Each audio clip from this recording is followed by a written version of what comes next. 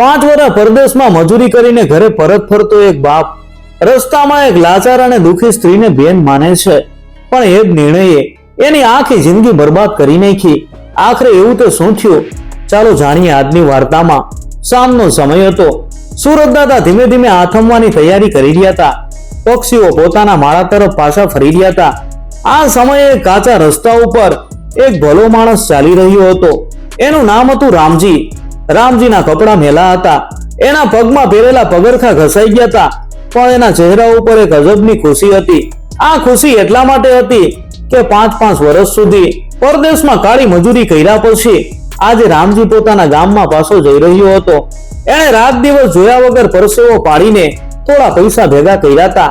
રામજીની કમરે એક જાડી કાપડની પોટલી બાંધેલી હતી. આ પોટલીમાં એનો જીવ વસતો હતો, કારણ કે એમાં સોનાના સિક્કા તો હતા જ, પણ સાથે સાથે એની મા માટે એક સુંદર લાલ સાડી અને એની દીકરી રૂડી માટે ચાંદીની નાનકડી ઝાંઝરી હતી. જ્યારે રામજી પરદેશ ગયો ત્યારે એની દીકરી રૂડી માત્ર 2 વર્ષની જ હતી. આજે એ 7 વર્ષની થઈ ગઈ હશે. રામજી મનમાં ને મનમાં વિચારતો હતો, મારી રૂડી જ્યારે આ ચાંદીની ઝાંઝરી પહેરીને આખા ફળિયામાં છમછમ કરતી દોડશે ત્યારે કેવી રૂપાળી લાગશે. મારી મા મને જોઈને કેટલા ઓવારણા લેશે. આ વિચારો આવતા જ રામજીની આંખમાં હરખના આંસુ આવી ગયા. એના પગમાં નવી તાકાત આવી ગઈ અને એણે ચાલવાની ઝડપ વધારી. રસ્તામાં એક મોટું જંગલ આવતું હતું. જંગલ એટલું ગાઢ હતું કે થોડા દિવસે પણ બીક લાગે. હવે તો ધીમે ધીમે અંધારું થવા લાગ્યું હતું. ઝાડના પાંદડા હલવાનો અવાજ પણ ડરામણો લાગતો હતો.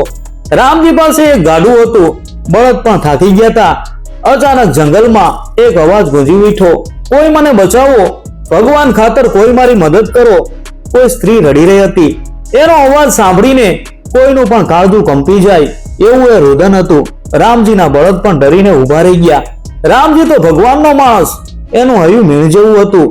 એણે વિચાર્યું, આવા ઘોર અંધારામાં જંગલની વચમાં કઈ દીકરી રડતી હશે? નક્કી કોઈ મુસીબતમાં હશે.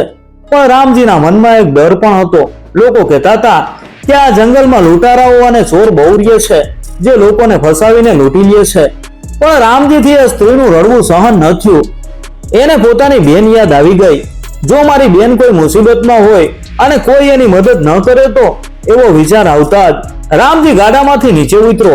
હાથમાં એક લાકડી લીધી અને અવાજ આવતો તો એ તરફ જંગલની ઝાડીઓમાં દોડ્યો. થોડે દૂર જઈને એણે જોયું તો એક બાઈ જમીન ઉપર બેસીને માથું કૂટી કૂટીને રડતી હતી. એના કપડા ફાટેલા હતા અને વાળ વિખેરાયેલા હતા.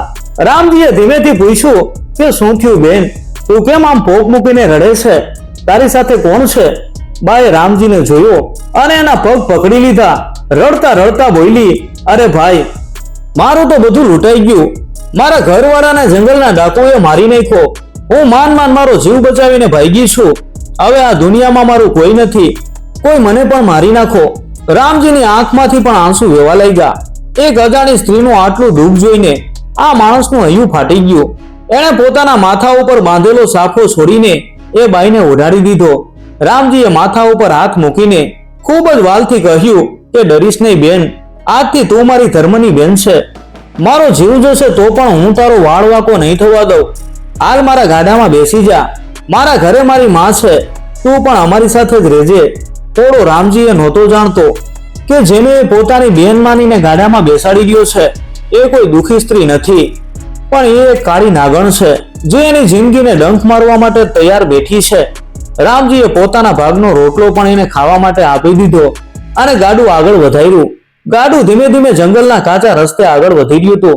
રામજીના મનમાં તો કોઈ પાપ નહોતું. એ તો એ નઠારી બાઈને પોતાની સગી બેન કરતા પણ વધારે સાચવતો હતો. રસ્તામાં જ્યારે પણ ખાવાનો સમય થાય ત્યારે રામજી પહેલા એ બાઈને જમાડતો અને પછી પોતે વધેલું ઘટેલું ખાઈ લેતો. એણે પોતાની પોટલીમાંથી થોડા પૈસા કાઢીને એ બાઈને આપ્યા અને કહ્યું કે બેન, તું ચિંતા ના કરતી, મારું ઘર એ જ તારું ઘર છે. પેલી નઠારી સ્ત્રીએ પોતાનું નામ ચંપા જણાવ્યું હતું. ચંપા બહુ જ મીઠી મીઠી વાતો કરતી હતી. એ કહેતી કે વીરા, મારા તો કેવા સારા નસીબ કે તારા જેવો ભાઈ મને મળ્યો, નહીંતર આ જંગલના જનાવર મને ક્યારની ખાઈ ગયા હોત. રામજી આ સાંભળીને હરખાતો. એને એમ કે ભગવાને મને એક સરસ મજાની બેન આપી દીધી. રામજી એને પોતાની દીકરી રૂડીની વાતો કરતો કે બેન, મારી રૂડી તો આખા ઘરનો જીવ છે. એ જ્યારે દોડે ને ત્યારે જાણે ઘરમાં ફૂલડા ખરે ચંપા ઉપરથી હસતી અને કહેતી, હા ભાઈ, હું એને રમાડીશ. પણ અંદરથી એની નજર રામજીની કમરે બાંધેલી સોનાના સિક્કાવાળી પોટલી ઉપર જ હતી. 2 દિવસ આમ જ વીતી ગયા. રામજીનો વિશ્વાસ હવે ચંપા ઉપર પાકો થઈ ગયો હતો. એને સપનામાં પણ વિચાર નહોતો કે આ બાઈ એક ઝેરી નાગણ છે. મુસાફરીની બીજી રાત પડી. રામજી ગાડાની નીચે જમીન ઉપર પોતાનો સાપો પાથરીને ઘસઘસાટ ઊંઘી ગયો. જંગલમાં એકદમ શાંતિ હતી. ખાલી તમરા બોલવાનો અવાજ આવતો હતો. અડધી રાત થઈ. રામજી તો સપનામાં પોતાની દીકરી રૂડીને રમાડતો હતો. બરાબર એ જ વખતે પેલી નઠારી ચંપા જાગી. એણે આજુબાજુ જોયું. રામજી ઊંઘમાં હતો. ચંપા ધીમેથી ઊભી થઈ. એણે દિવસે જંગલમાંથી એક ઝેરી છોડના પાંદડા તોડીને પોતાની પાસે સંતાડી રાખ્યા હતા. એણે એ ઝેરી પાંદડા 2 પથ્થર વચ્ચે વાટીને એનો રસ કાઢ્યો. પછી એકદમ સાનામાના રામજીના પીવાના પાણીના લોટામાં એ ઝેરી રસ ભેળવી દીધો. રાત પૂરી થઈ. સવારનો સોનેરી તડકો જંગલમાં પડવા લાગ્યો. પક્ષીઓનો કલરવ ચાલુ થઈ ગયો. રામજીને તરસ લાગી હતી. એણે ઊંઘમાં જ હાથ લંબાવીને પાણીનો લોટો લીધો અને એ ઝેરી પાણી ગટગટાવી ગયો. થોડી વાર પછી રામજી ઊભો થયો. એણે આંખો ખોલી, પણ આ શું? રામજીએ 2-3 વાર આંખો ચોયડી. એણે આમ તેમ જોયું. અરે, આટલું બધું અંધારું કેમ છે? સવાર નથી પડી? રામજી બોલ્યો. ચંપા પાસે જ ઊભી હતી. એણે કહ્યું, તું શું બોલે છે ભાઈ? સવાર તો ક્યારની પડી ગઈ છે. સુરત દાદા માથે આવી ગયા છે. આ સાંભળતા જ રામજીના પગ નીચેથી જમીન ખસી ગઈ. એણે પોતાના હાથ પોતાની આંખો આગળ હલાવ્યા, પણ એને પોતાના હાથ પણ દેખાતા નહોતા. પેલી જડીબુટીની અસરથી રામજીની આંખોની રોશની સંપૂર્ણપણે જતી રહી હતી. રામજી સાવ આંધળો થઈ ગયો હતો. ઓ બાપરે, મારી આંખો! મને કઈ દેખાતું નથી. મારી આંખો ક્યાં ગઈ? રામજી જોર જોરથી બૂમો પાડવા લાગ્યો. એ જમીન ઉપર બેસી ગયો અને રુદન કરવા લાગ્યો. એના મનમાં એક જ વિચાર આવતો હતો, મારી રૂડી, મારી દીકરી. એ ભગવાન, તે આ શું કર્યું? હું 5 વર્ષ પછી મારી દીકરીનું મોઢું જોવાનો હતો. હવે હું એનો ચહેરો કેવી રીતે જોઈશ? એને ચાંદીની જાંજરી પહેરીને ચાલતી કેવી રીતે જોઈશ? મારી માને કેવી રીતે જોઈશ? રામજીનું રડવું સાંભળીને જંગલના ઝાડ પણ જાણે દુખી થઈ ગયા. એક બાપની આટલી કરુણ ચીજ સાંભળીને પથ્થર પણ પીગળી જાય. પણ પેલી ચંપાને જરાય દયા ન આવી. એણે ખોટા આંસુ સારવાનું નાટક ચાલુ કર્યું. રામજી પાસે બેસીને બોલી, અરે ભાઈ, આંસુ થઈ ગયું. મને તો લાગે છે કે આ જંગલના કોઈ દેવનો શ્રાપ આપણને લાગ્યો છે. આપણે અહીં રોકાયા એટલે દેવ ગુસ્સે થઈ ગયા છે. લાચાર રામજી એ નઠારી બાઈની વાતોમાં આવી ગયો. રામજી જમીન ઉપર બેસીને ધ્રુસકે ને ધ્રુસકે રડતો હતો. એની આંખોમાંથી આંસુ રોકાતા નહોતા. ત્યારે પેલી ચંપાએ કહ્યું કે ભાઈ, તું રડ નહીં. હું હમણાં જંગલમાંથી કોઈ વૈદ્યરાજને શોધી લાવું છું. એ તારી આંખો પાછી લાવી દેશે. થોડી વાર પછી ચંપા પોતાના એક સાથીદારને લઈને આવી. આ માણસ એક મોટો ઠગ હતો, પણ અત્યારે એણે વૈદ્યરાજનો વેશ પહેર્યો હતો. વૈદ્ય રામજીનો હાથ પકડ્યો, નાળ તપાસવાનું નાટક કર્યું અને મોટો નિશાસો નાખ્યો. અરે રામજી, તારા ઉપર તો જંગલના દેવતાનો કોપ ઉતર્યો છે. તારી આંખો તો ગઈ છે, પણ જોજે, આજ રાત સુધીમાં તારો જીવ પણ જતો રહેશે. આ શ્રાપ બહુ મોટો છે. આ સાંભળીને રામજી ધ્રુજી ઉઠ્યો. એને પોતાના જીવવાની કોઈ લાલચ નહોતી, પણ એને પોતાની દીકરીની ચિંતા કોરી ખાતી હતી. રામજી 2 હાથ જોડીને કરગરવા લાગ્યો, ના વૈદ્યરાજ, ના, મને બચાવી લ્યો.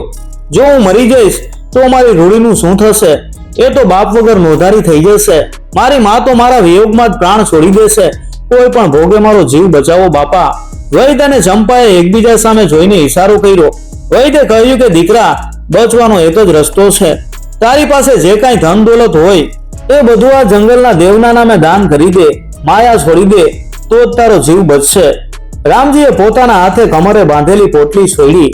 એણે 5 વર્ષ પોતાનો લોહી પરસેવો એક કરીને કમાયેલા સોનાના સિક્કા કાઢ્યા. પછી ધ્રુજતા હાથે મા માટે લાવેલી સાડી અને પોતાની દીકરી માટે લાવેલી ચાંદીની જાંજરી કાઢી. જાંજરી ઉપર હાથ ફેરવતા ફેરવતા રામજી જોરદાર આંસુએ રડી પડ્યો. એને દીકરીનું હસતું મોઢું યાદ આવી ગયું. એણે રડતા રડતા કહ્યું કે લઈ લ્યો, આ બધું લઈ લ્યો. મારી દીકરીની જાંજરી પણ લઈ લ્યો. બસ મને જીવતો મારા ઘરે પહોંચાડી દો, જેથી હું મારી દીકરીને એકવાર ભેટી શકું. ચંપા અને પેલા ઠગે બધો માલ પોતાના કબજામાં કરી લીધો. એટલું જ નહીં, ચંપાએ એક કોરો કાગળ કાઢ્યો અને રામજીને કહ્યું કે આમાં તારી મરજીથી દાન કર્યું છે એવો અંગૂઠો માર. રામજી બિચારો આંધળો, એને શું ખબર કે કાગળમાં શું છે? એને તો જીવ બચાવવા અંગૂઠો પણ મારી દીધો. હવે રાત પડી ગઈ હતી. જંગલમાં અંધારું છવાઈ ગયું હતું. ચંપાએ કહ્યું, હાલ ભાઈ, હવે આપણે દેવની પૂજા કરવા પહાડ ઉપર જઈએ. રામજીને લાકડીના ટેકે ટેકે ચલાવતા ચલાવતા તેઓ જંગલની એક ઊંડી ખીણ પાસે લઈ ગયા. એ ખીણ એટલી ઊંડી હતી કે નીચે માત્ર અણીદાર પથ્થરો અને કાંટાઓ જ હતા. ખીણના કિનારે પહોંચીને રામજીના પગ થંભી ગયા. એને કંઈક અજુગતું લાગ્યું. એણે ગભરાઈને પૂછ્યું કે બેન ચંપા, આપણે ક્યાં આવ્યા છીએ? મને અહીં બહુ બીક લાગે છે. ત્યારે ચંપાનો અવાજ બદલાઈ ગયો. એ રાક્ષસીની જેમ જોરથી હસી અને બોલી કે મરવા માટે? હે મૂર્ખ, હું તારી કોઈ બેન નથી. મને તો તારા પૈસા જોઈતા હતા જે મને મળી ગયા. રામજી કઈ સમજે કે કઈ બોલે એ પેલા ઠગે અને ચંપાએ ભેગા મળીને રામજીને એ ખીણમાં જોરથી ધક્કો મારી દીધો. ઓ બાપરે, રૂડી, મારી દીકરી! રામજીની ચીસ આખા જંગલમાં ગુંજી ઉઠી. એનો અવાજ ધીમે ધીમે ખીણમાં દબાઈ ગયો. ઉપર ઉભેલા બે પાપીઓ રામજીનું બધું ધન લઈને રાતોરાત ત્યાંથી ભાગી ગયા અને બિચારો રામજી મોતની ખીણમાં જઈને પડ્યો. ખીણ બહુ જ ઊંડી અને ડરામણી હતી. રામજી પથ્થરો અને કાંટાવાળી ઝાડીઓમાં પટકાયો. એનું આખું શરીર લોહીલુહાણ થઈ ગયું હતું. કપડાં ફાટી ગયા હતા અને પગમાં તથા હાથમાં મોટા મોટા ઘા પડી ગયા હતા. આખી રાત કડકડતી ઠંડીમાં રામજીએ મોતની ખીણમાં તરફડતો રહ્યો. પણ નવાઈની વાત એ હતી કે એને પોતાના શરીરના દુઃખની કે ઘાની કોઈ પરવા નહોતી. અડધી બેભાન જેવી હાલતમાં પણ એના મોઢામાંથી ધીમો ધીમો એક જ અવાજ આવતો હતો, મારી રૂડી, મારી દીકરી. હે ભગવાન, મારી દીકરીને કોણ સાચવશે? મારી માં તો મારો રસ્તો જોઈને જ મરી જશે. રામજીના આ શબ્દો સાંભળીને જંગલના પથ્થરો પણ જાણે પીગળી ગયા હતા. ધીમે ધીમે રાત પૂરી થઈ અને સવાર પડી. જંગલમાં પક્ષીઓનો અવાજ આવવા લાગ્યો. આ જંગલની અંદર એક દયાળુ સાધુ મહારાજ પોતાની નાનકડી ઝૂંપડી બાંધીને રહેતા હતા. તેઓ ભગવાનના મોટા ભગત હતા. સવારના પોરમાં સાધુ મહારાજ રામ નામ જપતા જપતા લોકોના રોગ મટાડવા માટે જડીબુટીઓ ગોતવા નીકળાતા. અચાનક એમના કાને એક અવાજ પડ્યો. એમણે નીચે ખીણમાં જોયું તો એક માણસ લોહીથી ખરડાયેલો અને કાંટાઓ વચ્ચે ફસાયેલો પડ્યો છે. સાધુ મહારાજ તરત જ પોતાનો જીવ જોખમમાં મૂકીને એ ખીણમાં ઉતર્યા. એમણે જોયું કે રામજીના શ્વાસ બહુ ધીમા ચાલી રહ્યા છે. સાધુ મહારાજે રામજીનું માથું પોતાના ખોળામાં લીધું. રામજી ધીમેથી બબડ્યો, મને જવા દ્યો, મારી દીકરી મારી રાહ જુએ છે. એની ચાંદીની ઝાંઝરી પેલી બાઈ લઈ ગઈ.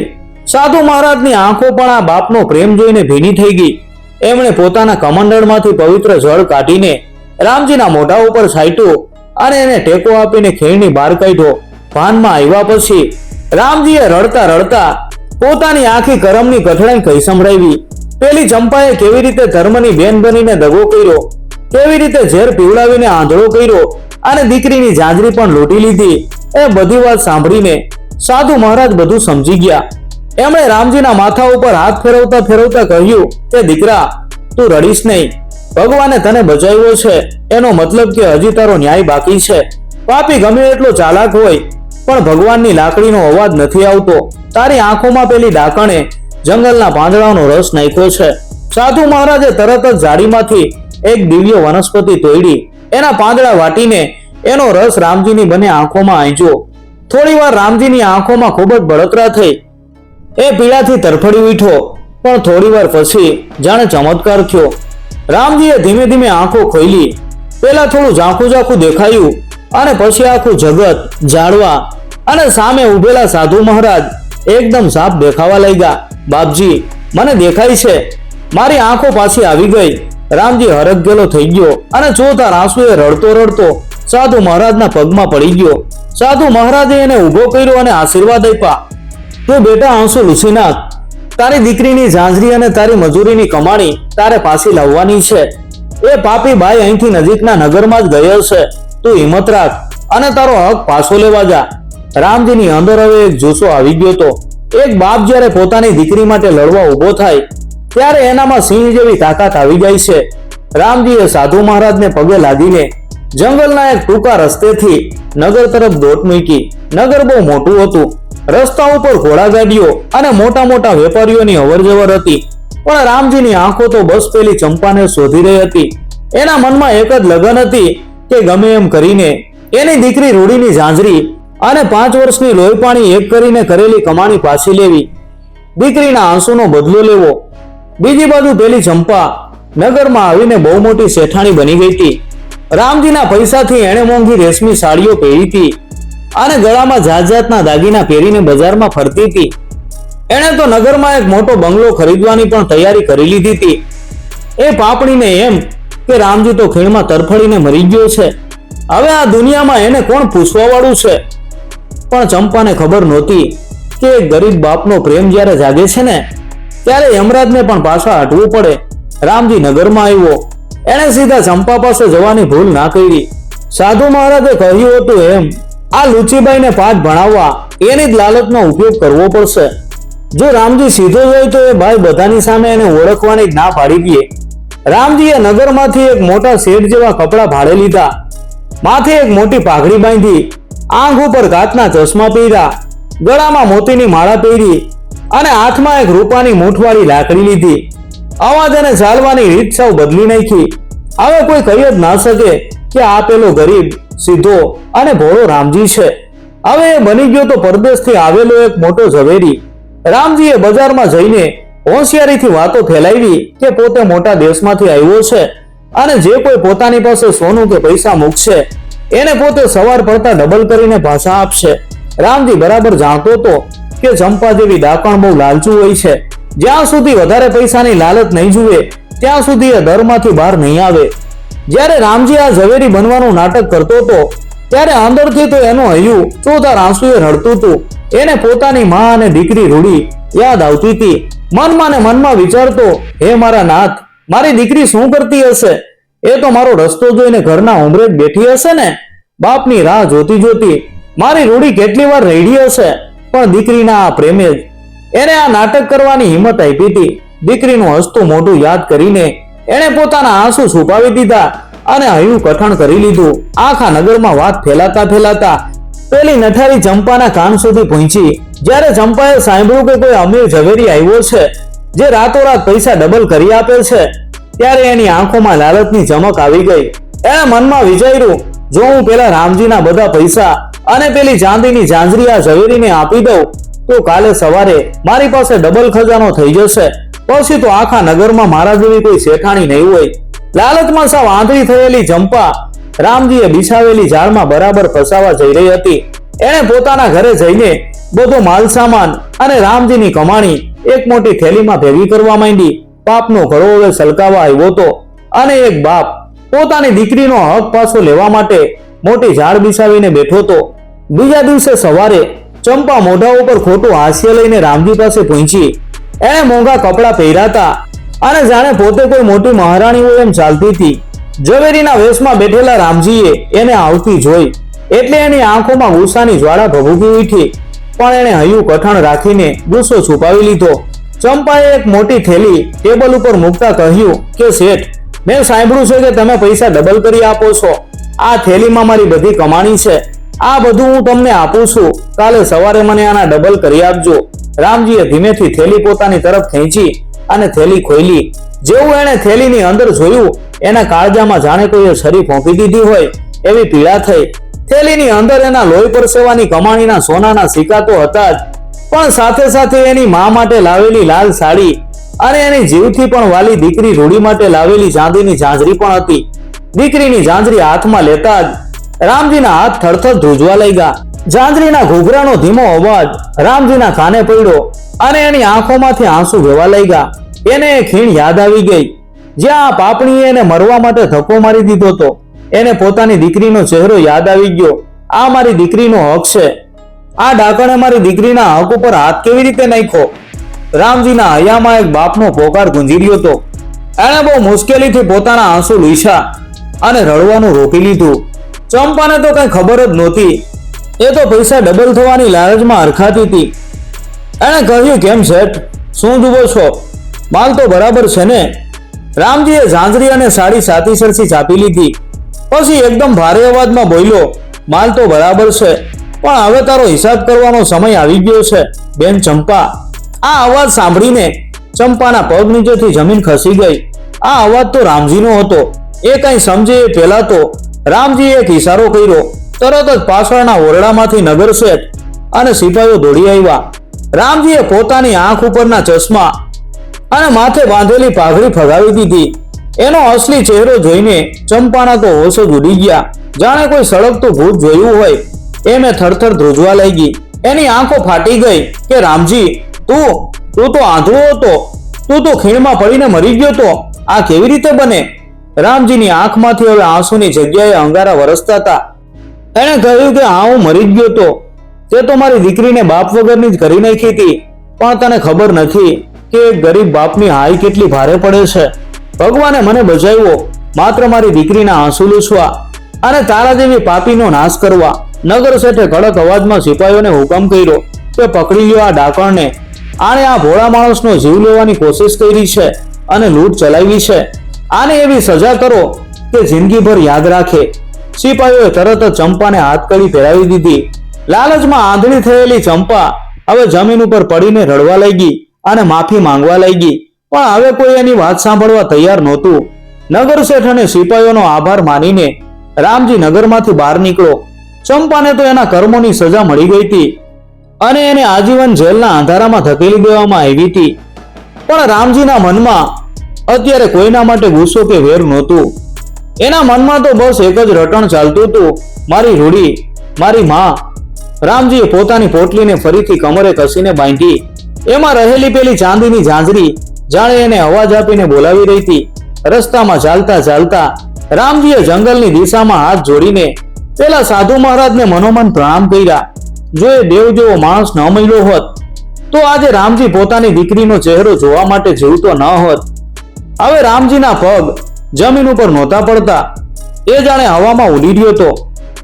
એને બસ ગમે એમ કરીને જલ્દીથી પોતાના ગામ પહોંચી જવું હતું. બીજી બાજુ રામજીના ગામમાં એની ઝૂંપડીમાં ઉદાસી છવાયેલી હતી. રામજીની માં ઉંમર અને દીકરાના વિયોગથી સાવ અડધી થઈ ગઈ હતી.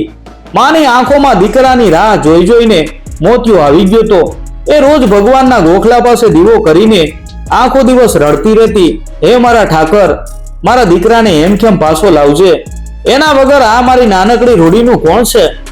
માના આ શબ્દો સાંભળીને પાડોશીઓની આંખો પણ ભીની થઈ જતી. જ્યારથી રૂડીને ખબર પડી હતી કે એના બાપુ પરદેશથી આવવાના છે, ત્યારથી એણે સરખું ખાવા પીવાનું પણ છોડી દીધું હતું. રૂડીના કપડા ભલે ફાટેલા અને મેલા હતા, પણ એનો ચહેરો પૂનમના ચાંદ જેવો રૂપાળો હતો. એ રોજ સવાર પડે એટલે ગામના પાદરે જઈને એક મોટા પથ્થર ઉપર બેસી જતી. આખો દિવસે આવતા જતા વટે માર્ગું અને પૂછતી કે કાકા, તમે મારા બાપુને જોયા? મારા બાપુ ક્યારે આવશે? લોકો બિચારા એ નાનકડી દીકરીને માથે હાથ ફેરવીને કહેતા કે આવી જશે બેટા, તારા બાપુ જલ્દી આવી જશે.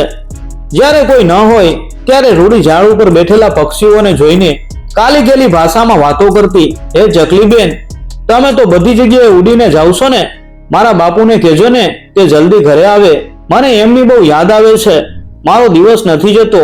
એક નાનકડી બાળકીનો આટલો પવિત્ર પ્રેમ જોઈને કુદરત પણ જાણે રડી પડતી. આજે પણ સાંજ પડવા આવી હતી. સુરત દાદા આથમી ગયા હતા. ગામના ગોવાળો ગાયો લઈને પાછા ફરી ગયા હતા, જેના કારણે રસ્તા ઉપર ધૂળ ઉડી રહી હતી.